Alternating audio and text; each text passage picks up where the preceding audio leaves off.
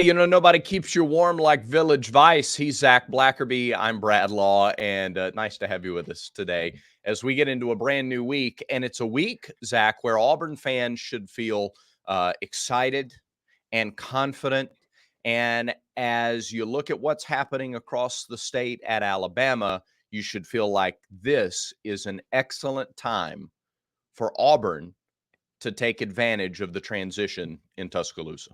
Yeah, for the first time in 2 decades, it kind of seems like Alabama is vulnerable and actually vulnerable. Not that narrative that pops up in the national college football media every 3 or 4 years, like, oh, this is the year where Alabama could fall off. No, like this actually is a window now where things don't look like they have for the last 20-something years, it feels like. Because you've got guys entering the portal. You've got guys decommitting, and it almost feels like, just from the outside looking in, that it's, I think being on Alabama's roster has lost a little bit of that luster, Brad. Yeah, and as I watch Alabama fill out its staff, I mean, look, this is our first show since they announced Kalen DeBoer as their new head coach. We had finished recording for the day, I guess Friday, and a few hours later, it was official. And then the names over the weekend started to leak out of who was going to join the staff, and it was predictable and expected. And you go, well, yeah, of course, like every time Auburn makes a hire, we're probably going to come on and talk about the positives behind that hire. That's probably what we're going to do. They're probably going to talk about why those hires will succeed. I should have probably expected from national outlets, because there's plenty of Alabama media outlets, like, well, nothing's like Village Vice, but you know what I'm saying, in the same vein. Yeah. So it's predictable and understandable. You kind of expect it from them. I probably should have expected the national media outlets to just jump all in with positivity too, because that's kind of what they've done with Alabama for as long as I've been alive. But I have been a little surprised by it. I think there are major questions around this new staff and the expectations that things are just going to keep right on clipping along. They can't. It's not feasible. It's not reasonable to expect their program to continue to perform at the level it has been for the last decade and a half. Now, it's fine with me if their fan base expects that, but it's not reasonable that it's going to stay the same. Am I off base by saying that?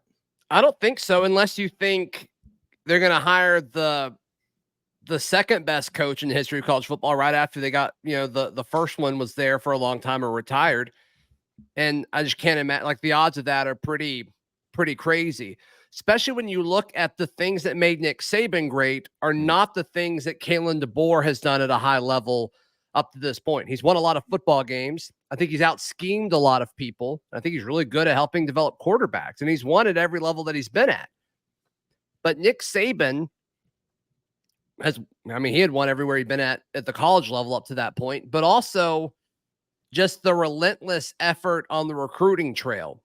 And I just can't imagine Kalen DeBoer being able to recruit at the same level of Nick Saban. And I think Nick Saban kind of had a little bit of clout because he won a national championship at LSU, so he knew how to recruit the SEC. And that's nothing against Kalen DeBoer. He just, he got his chance at Washington and he made the most of it. That's nothing against him, but it is different.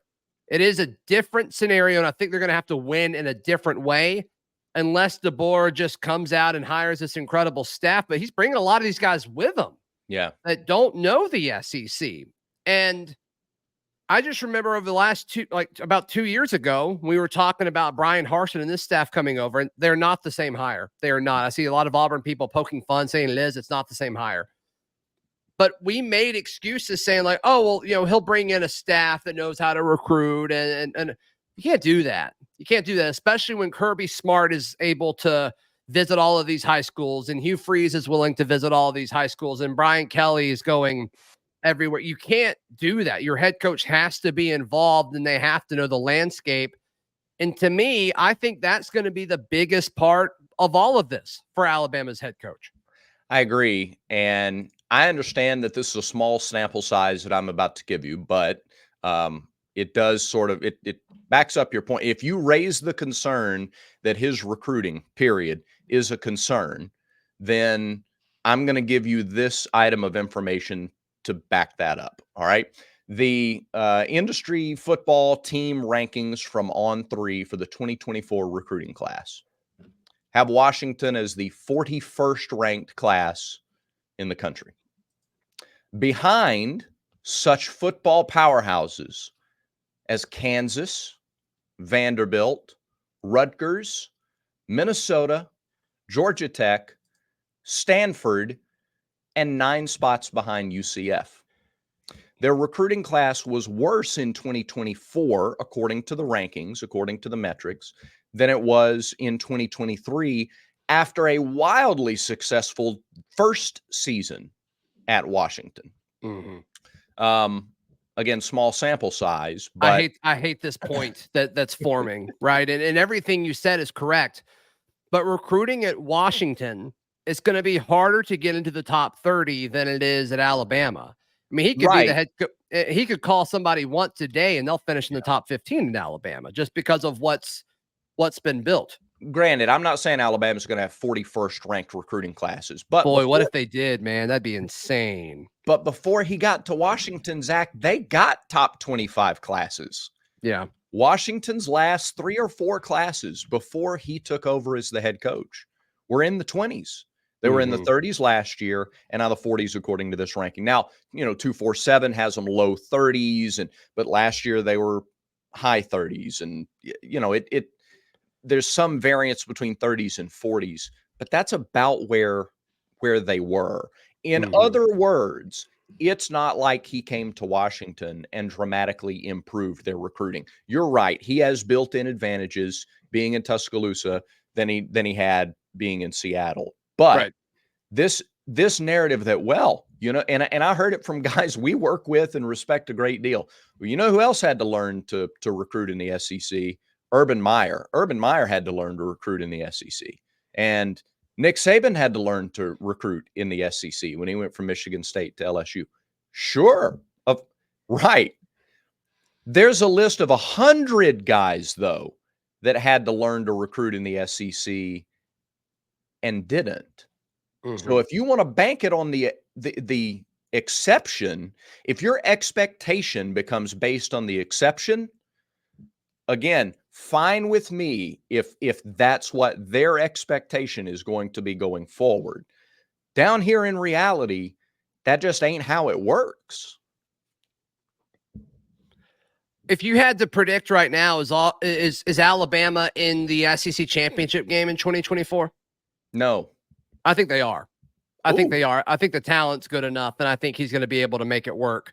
With all the guys leaving, you think they'll still have enough? Yeah, because they haven't lost like premier starters. They've lost some role players and some starters and some guys that they would certainly want to hold on to. But I mean, unless there's this mass exodus after spring when we see this second transfer window, which we might see, that. I'm just not expecting that to happen. I think the roster is still a top 5 roster in college football. And I think regardless if it's Milroe or some other quarterback that they bring in, I think he's going to be effective in this offense. Yeah. And I think the key to this is Grubbs, the offensive coordinator, which I don't know why Washington didn't hire him to be the OC or from the OC to be their head coach, but that's a different topic for a different day. Because they knew they could get Jed Fish, and so I'm not sure that's better, but sure, Ooh. Yeah, 100%. I'm high on Grubbs. So and him being, I assume he'll be the play caller for Alabama next year. And if that's the case, like I think this. I mean, Alabama. If I had to pick right now, I think Alabama wins at least 10 games in 2024, and that gives you a shot in a 12-team playoff. I think their schedule next year is a lot tougher than it was in 2023, with games at Oklahoma, at LSU, at Tennessee, Georgia at home. They're at yeah. Wisconsin. And this year you have to beat 14 other teams to get to the SEC championship, not just 6 to win a division and get there. Yeah, but I mean the 6 that they're used to beating are the 6 better teams. I don't think like who from the East is going to impact that other than Georgia. Like, I don't think anybody. And they play Georgia. But adding Texas and Oklahoma into the mix, if you had put one of those teams in the West, then you can make like if you had put Texas in the West and Oklahoma in the East, then that's another powerhouse that you have to tie. I think it's much harder to beat 14 teams now to get to the SEC championship. That's good, and that's the case for anybody. I mean, that's numbers. I was asked on the radio this morning, what happens if Alabama goes 8-4 in 2024? And I'm like, they're not going to go 8-4. That's ridiculous. And then they're like, well, it could. Their schedule's tougher. And so I'm like, okay, of these games, like, do they lose to Georgia in Bryant-Denny next year? I don't know. It's possible. Do they lose? Yeah. Do they lose it at Wisconsin? I don't think so. I don't think they'll lose to Wisconsin on the road. Could be wrong, but I don't think so. Do they lose at Tennessee next year? Maybe, but right now, if I had to pick, I'm probably taking Alabama. Missouri goes to Tuscaloosa. How do we feel about that? Like, I don't think Missouri's going to win in Tuscaloosa. Yeah. Do they go to LSU after a bye week? That one could be a toss-up just because that game's crazy. And then at Oklahoma, I'm not as high on Oklahoma as some people are, so I'm picking Alabama in that game. And then the Iron Bowl in Tuscaloosa. We'll see. We'll see on that one. But right now, if I had to pick that game, I would say that Alabama wins it. So I just don't see more than 2 losses on this schedule for Alabama. And I know it's so fun to pick at Alabama when they're vulnerable. Yeah. But I don't see them not being an elite team. Yeah, I think that there's reason. I think it's logical to expect that it's not an immediate drop-off. But I think they've had a little bit of an edge over the last 16 years just because, I mean, granted, it's not just because of this, but, teams have acted differently when they've played Alabama for the last decade and a half. Sure. Like they lose the game before they ever step on the field. I don't think that exists with this current coaching staff. I'll give you that. I just don't think that exists. I think that other teams carry an understanding that it's a vulnerable program onto the field. They don't give up 2 touchdowns just because of because there's a number on the side of a crimson helmet, and that's it. Right. So, like the old school Yankees, they're always looking to the pinstripes. Yeah, right. I get it. I get it. Brad, Auburn landed a defensive back in the portal that I think is a day 1 starter. Let's talk about him in just a moment. This is Village Vice. So no matter where you go, you will not find a better place to wager on all of your sports action than mybookie.ag. It does not exist, Brad. There's not a better place. No. There's not a better place. Doesn't matter if you want to go with spreads, player props, money lines, parlays.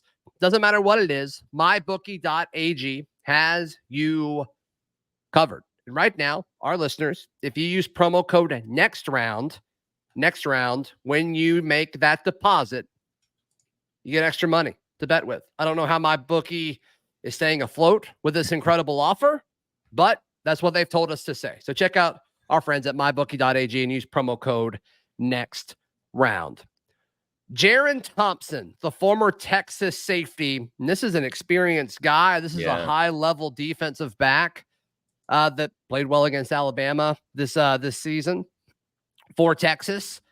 He's transferring and now a part of the Auburn Tigers defense. And this is a guy that's coming in at a position group where Auburn is a little thin. I think the talent is certainly there, but it's just a lot of inexperienced talent. Well, Jaron Thompson comes in and he offers a ridiculous amount of experience, not only at safety, but also as a guy who can play in the box, as well as a guy who played a lot of slot corner this past season. Listed at 6 feet 191, so decent size there for the secondary. 4 seasons at Texas, 105 tackles, 5 interceptions. Let's see. Last year, 38 tackles, 3 interceptions, a career high, and one of those was a pick six. In their most recent game, he had 3 tackles in the Sugar Bowl against Washington, and 4 tackles and an interception against Alabama, as you mentioned earlier this year. So, Yeah. again, it's another depth piece. You bring in the number 1 JUCO safety in the class. Keontae Scott is back. Donovan Kaufman is back. Jaron Thompson is in the mix. You got some young guys in there as well. I think this becomes, not just because of this addition, but I think all of a sudden you start to look at the totality of your room and really like the depth and the talent that you have there. I think so. And we talked about this a little bit, with Percy Lewis being the offensive tackle that comes in. Yeah. He's good because it's an upgrade at left tackle, but then it allows you to slot guys over a little bit. So Dylan Wade now can scoot in. He's an upgrade at guard.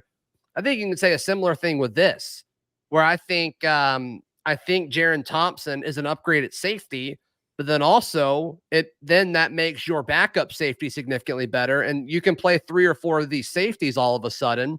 And you also can play him at nickel, which was a little thin too, depending on what they do with Keontae Scott. And everything kind of falls in line a little bit better. And I just feel so much better about this room now. It's amazing what this one piece did.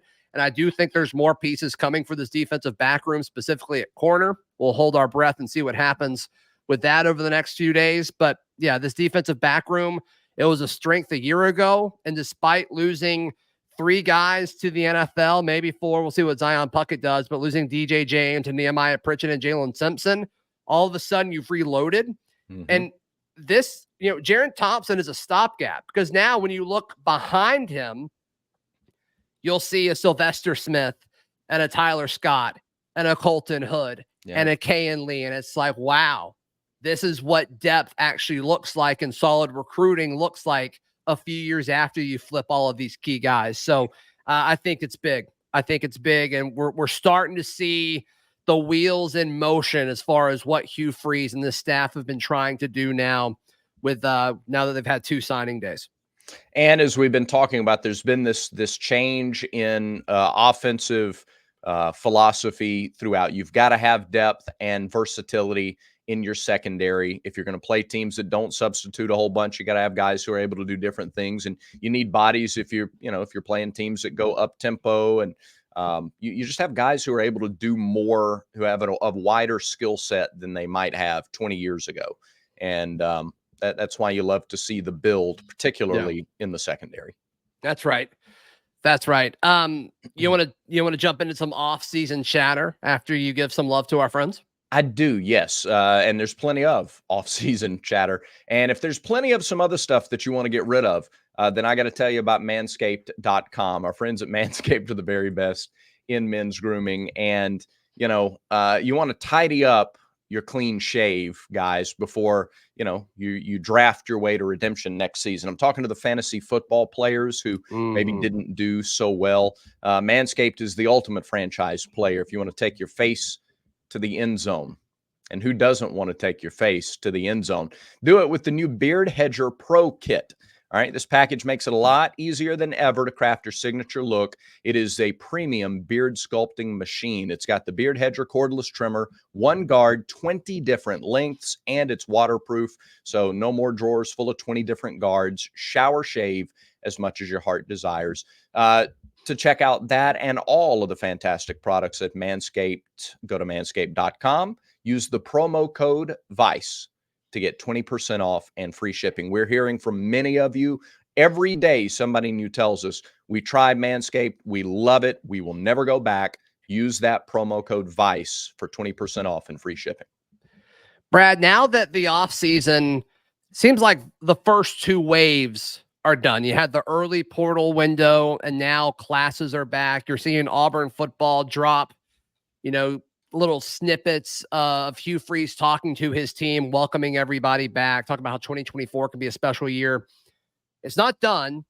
And I think we're going to see kind of some last minute guys join this team, because you've got until tomorrow, I believe Wednesday, to enroll in classes. So you could go through spring at Auburn. And I imagine it's similar everywhere. So we'll see kind of some last minute additions, but it's almost done. Yeah. How would you grade how Auburn performed with everything. And we've got a few more additions that I believe are coming, as well as some coordinator hires that are probably pretty close to being announced, Brad. So, I mean, up to this point, with everything that we're able to talk about as we record this Tuesday morning, how would you grade this?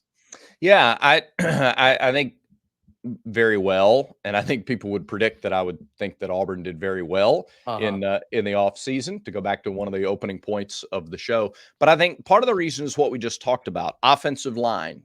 You've added a couple of pieces there that can either slide in and start right away, or at like worst case scenario, they add depth at one of the 2 or 3 most critical positions on your team. Agreed. You've done the same thing in the secondary.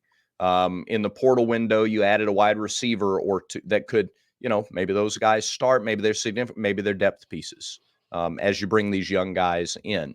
I think there's still some question marks out there, truthfully, here in the offseason. We've still got to see where the coordinators land and how the staff shakes out.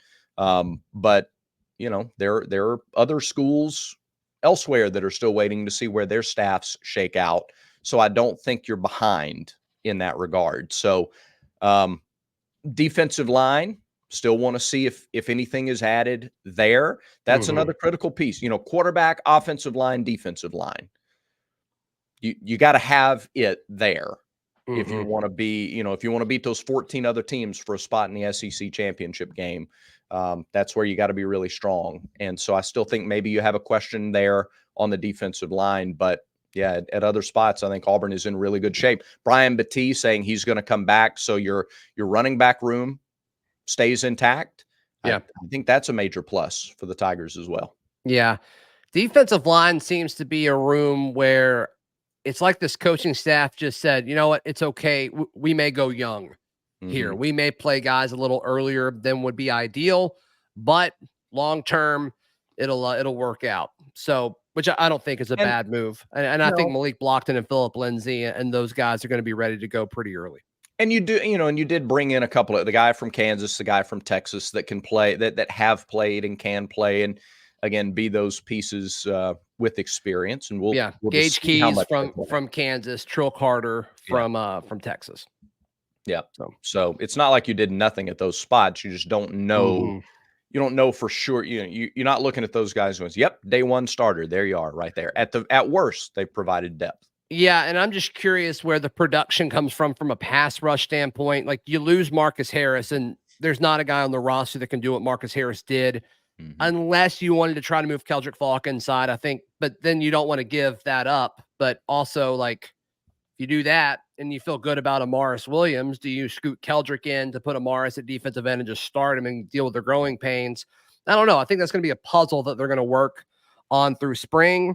I wouldn't be shocked if they add another defensive lineman or two via the portal after spring. But outside of that, that's really the only position group that I'm like concerned about. So we'll see. Yeah, we'll see. I agree. But yeah, I think it's been a successful offseason so far. And for the Auburn folks that are going to comment and say, well, it's not successful because we didn't upgrade at quarterback. Sorry. I'm like, unless something crazy happens, Peyton Thorne is a quarterback next year. Hate to break it to you. Yeah. And we've discussed it so much, and we will discuss it more because we still have so far to go before the season starts. Yeah. I think if you change the receiving core a little bit and you go ahead and slide into that RPO identity earlier in the season, I think the numbers look different, and I think the fan base's confidence in the quarterback is much higher.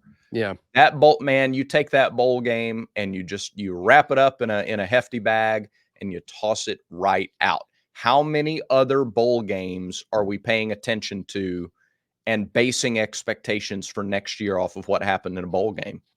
We're not. So we're not. Right. Brad, I think that about does it for today's show. It does. Thanks everybody for watching. And remember, everyone has vices. Make sure Village Vice is one of yours.